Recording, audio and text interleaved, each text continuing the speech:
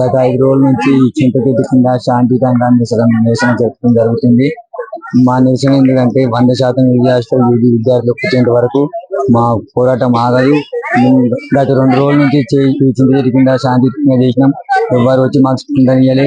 3వ రోజు రోడ్ ఎక్కినాం. ఎందుకంటే రోడ్ ఎక్కితన్నా అన్న మా ఇది అందరికీ తెలుస్తుందని పోలీసులు మమ్మల్ని అక్రమంగా అరెస్ట్ చేసి మన పశువులను గుంజుకపోయినట్టు లాక్కుంటూ మమ్మల్ని అరెస్ట్ చేశారు. 4వ రోజు 5వ రోజు నిన్న మన బట్టి విక్రమార్క దగ్గరికి బల్మూరి వాళ్ళ దగ్గరికి పోయిరు, మాట్లాడారు. వాళ్ళు కూడా ప్రభుత్వం కూడా మాకు సపోర్ట్ చేస్తుంది. వాళ్ళు కూడా మేము పాజిటివ్ చెప్తారు. మాకు మా ప్రిన్సిపల్ ఏంటంటే గతంలో ఎట్లుండే అంటే 60 కిలోమీటర్ దాటిన వారికి హాస్టల్ వచ్చింది. ఇప్పుడు మా ప్రిన్సిపల్ ఒక మొండి వైఖరితోని 187 కిలోమీటర్ పై ఉన్న వారికి హాస్టల్ ఇస్తా అంటారు. 187 కిలోమీటర్లు అంటే దగ్గర అంటే రోజు అటు నుంచి రావాలన్నా మా ప్రిన్సిపల్ సార్ మరి 187 కిలోమీటర్లు ఉన్నా అంటే మరి 40 పై ఉన్న వారికి 60 కిలోమీటర్లు ఉన్న వారికి మా ప్రిన్సిపల్ మరి ఏమన్నా వాళ్ళకు ప్రైవేట్ హాస్టల్ కడతాడా, వాళ్ళకి ఫీజులు కడతాడా? వీటిని మా గవర్నమెంట్ కాలేజ్ ఎందుకు పుంజుకుంటారు? మా ఆర్థిక పరిస్థితి బాగాలేనందుకే ఈ నిజాం కాలేజ్ ఎంచుకుంటాం.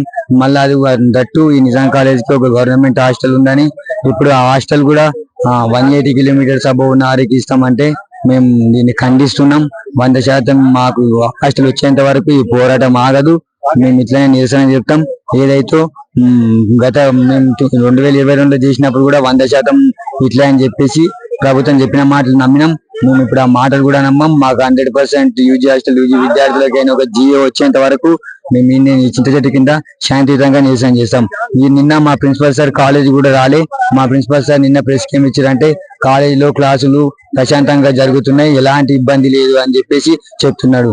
సార్ అసలు నిన్న కాలేజ్కే రాలే. మళ్ళీ ఏమంటుండంటే ఓన్లీ రెగ్యులర్ వాళ్ళకి కాలేజ్ హాస్టల్ సెల్ఫ్ ఫైనాన్స్ వాళ్ళకు హాస్టల్ లేదంటారు. అంటే ఇంతకు ముందు ఎట్లుందో అదే విధంగా హాస్టల్ ఇవ్వాలని మాదొక డిమాండ్.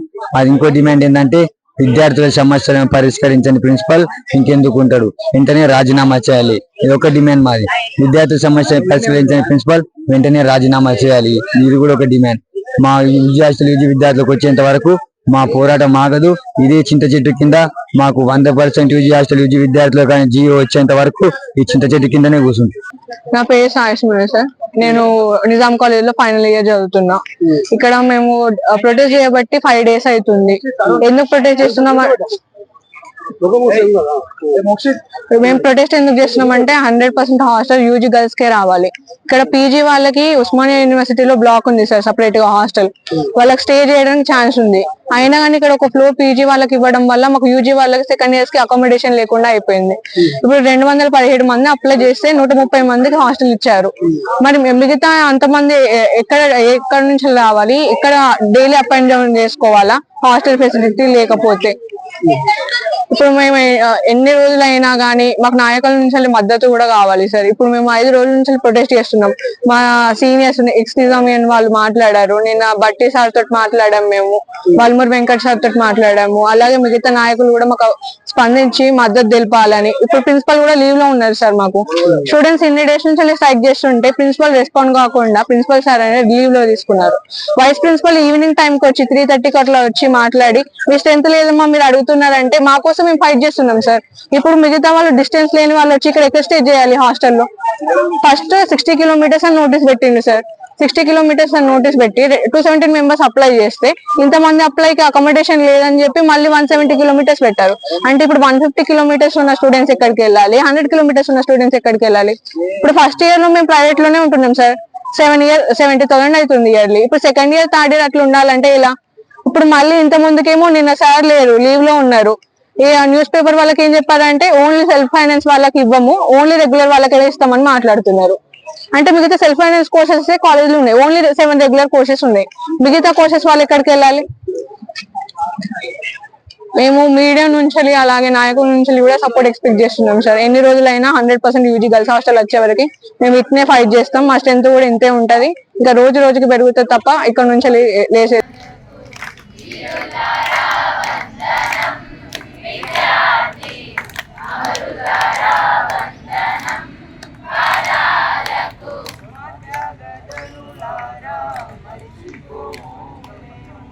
ఆజాగదనులారా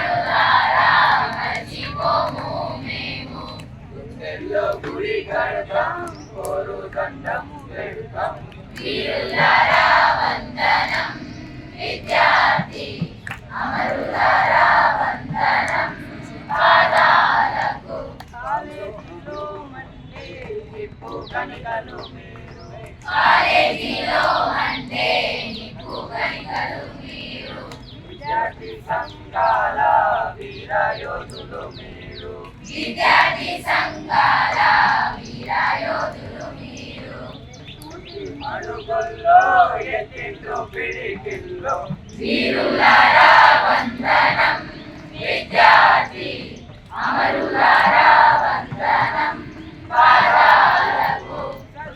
కొడుకాని సాగనంపిన తల్లి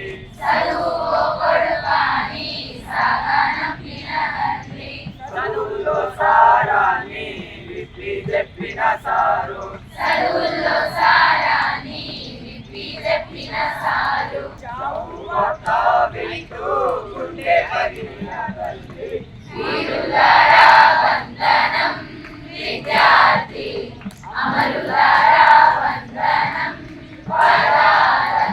ప్రపంచ చరిత్రలో పరిశోధించిన గాని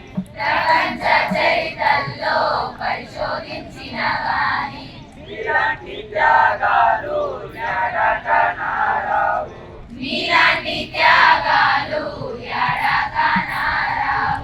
పాల బుగ్గల పసిడి ఎడ ఉన్నారో మీరు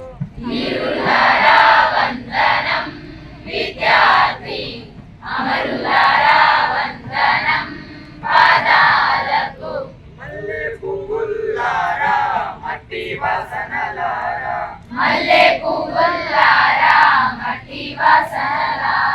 సేను సెలకల్లారా గురు వంకల్లారా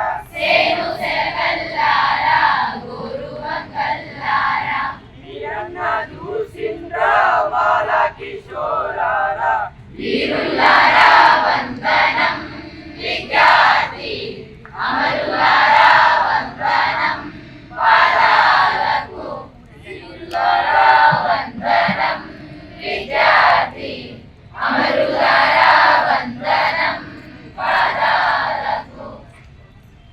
జోహార్ అమర వీరులకు జోహార్ అమర వీరులకు